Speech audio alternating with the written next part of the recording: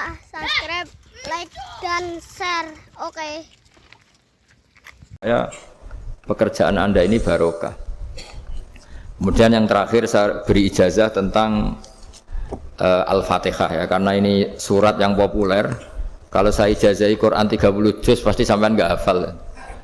Atau ijazah surat Baqarah. Kalau mau Baqarah mau. Ijazahi surat Baqarah mau 2 juz setengah. Mau Mas Asep? Ya Fatihah aja yang gampang ya. Nah, ya kulhu Fatihah ini paket ringan ini. Tapi pahalanya apa? Besar. Ini beda ya, artinya selama ini mungkin Anda baca tapi monoton ya. Tapi ini saya bacakan teks aslinya tentang istilahnya itu mazaya itu kelebihannya Fatihah. Saya baca Arabnya dulu, nanti ini terakhir ijazah. Tadi kan saran-saran umum tentang sosial. Ya, pokoknya jadikan kebaikan itu punya nilai sosial yang baik lah. Jadi nanti orang yang nggak amanah nggak laku. Ya, calon bupati, gubernur, presiden yang nggak amanah juga nggak laku. Begitu juga kiai yang tidak amanah juga nggak laku. Suami yang nggak amanah juga nggak laku. Istri yang nggak amanah juga. Sehingga kebaikan ini jadi nilai sosial yang dalam tanda kutip sudah keniscayaan ya. Yang diinginkan Allah itu seperti itu. Bukan kebaikan yang dipaksakan karena kekuatan negara. Maksudnya kalau bisa kebaikan itu tidak usah dipaksakan. Memang sudah satu kebutuhan. Tak cerita-cerita di negara maju itu. Bahkan apapun jatuh itu nggak ada yang ngambil apa itu. Makanya gambarannya Mekah Madinah kan gitu kan.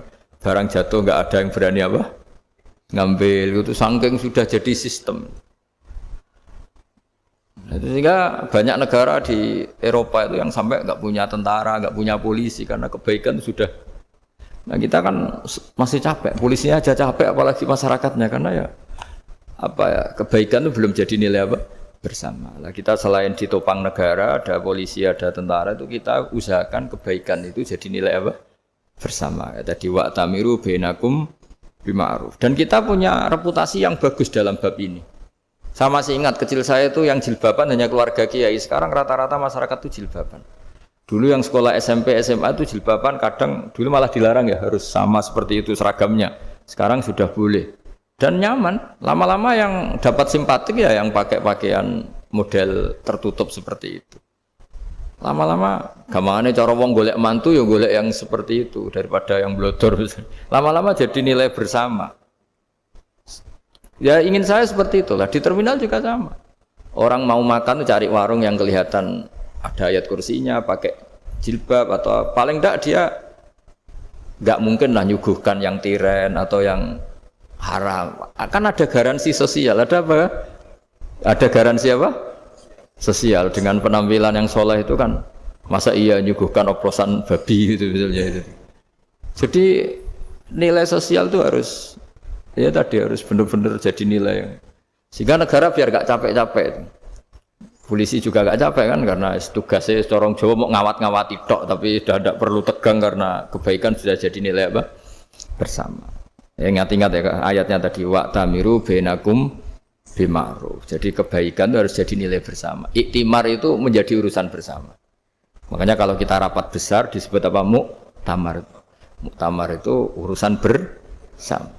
Ya tadi, imamnya sholat juga menopang Gojek karena enggak lama-lama nopang Grab, nopang Kernet, nopang penjaga Indomaret, penjaga bensin, pom bensin. Lah dia hanya punya waktu 5 menit terus imamnya baca Baqarah kan.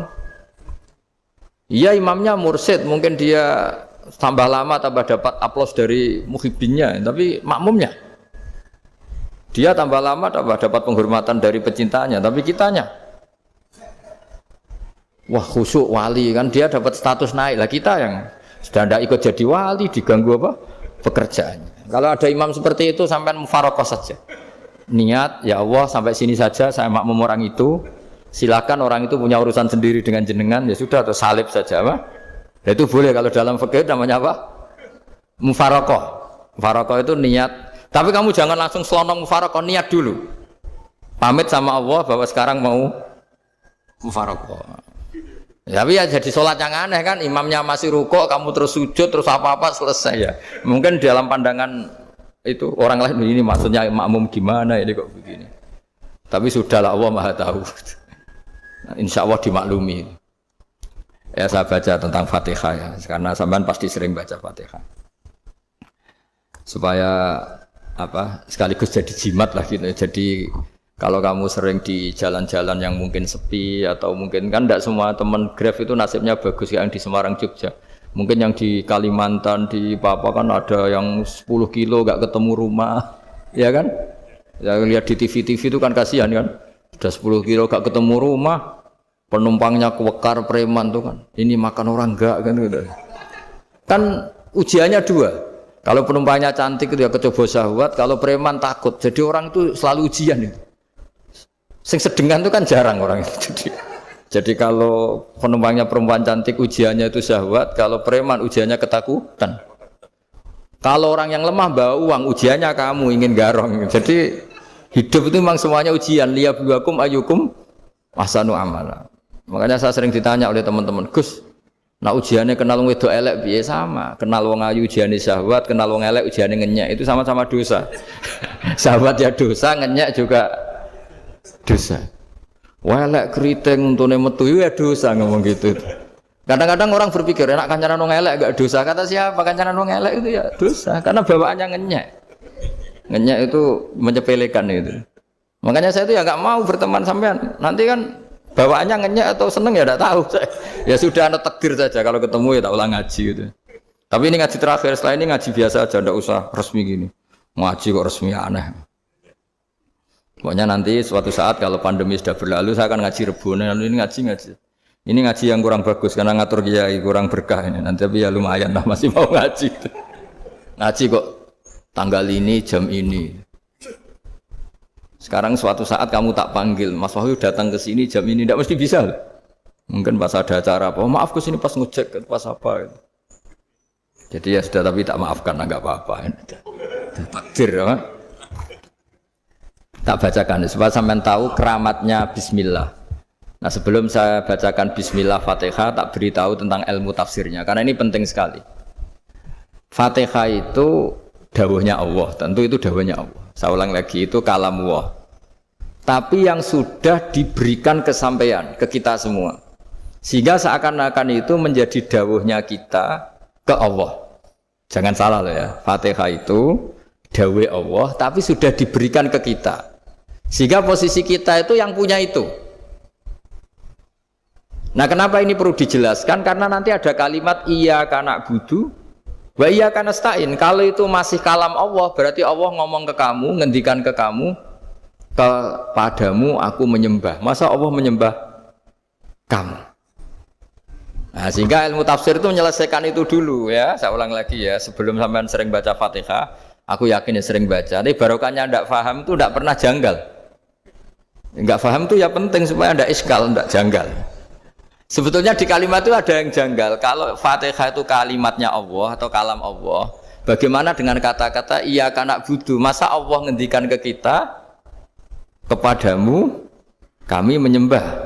Masa Allah menyembah kita? Maka penyelesaiannya secara ilmu tafsir gimana? Semua ulama mengatakan, bukan satu dua, semuanya mengatakan di Fatihah itu semuanya diberi kawalan kalimat.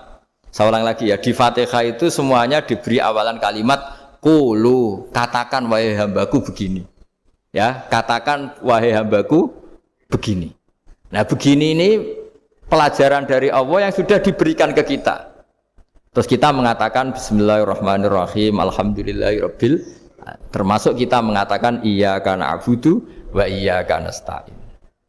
Jangan bayangkan Allah ngendikan ke kita. Kalau Allah ngendikan kita berarti gini, hei Wahyu, ihdinas siratal mustaqim, tunjukkan saya jalan yang benar. Nah nanti kamu terus, ya Allah, Anda aja minta tolong saya minta tolong siapa kan? Jadi panjang kan? Ya, saya ulang lagi ya. Jadi itu di Ulumul Quran diterangkan gimana? Sebelum baca Fatihah, ya. Fatihah itu kalamullah, ngendikane Allah, tapi yang sudah diajarkan ke kita dan sudah milik kita, sehingga kalimat itu menjadi milik kita. Tapi ya kalamullah, tetap kalamullah, tapi sudah menjadi milik kita. Udah paham ya? Ya pinter naon. Ya, karena kalau tanpa penjelasan seperti ini Anda akan iskal. Bagaimana Allah iskal itu janggal, bagaimana Allah mengatakan iya karena butuh. Kan jadi aneh ya?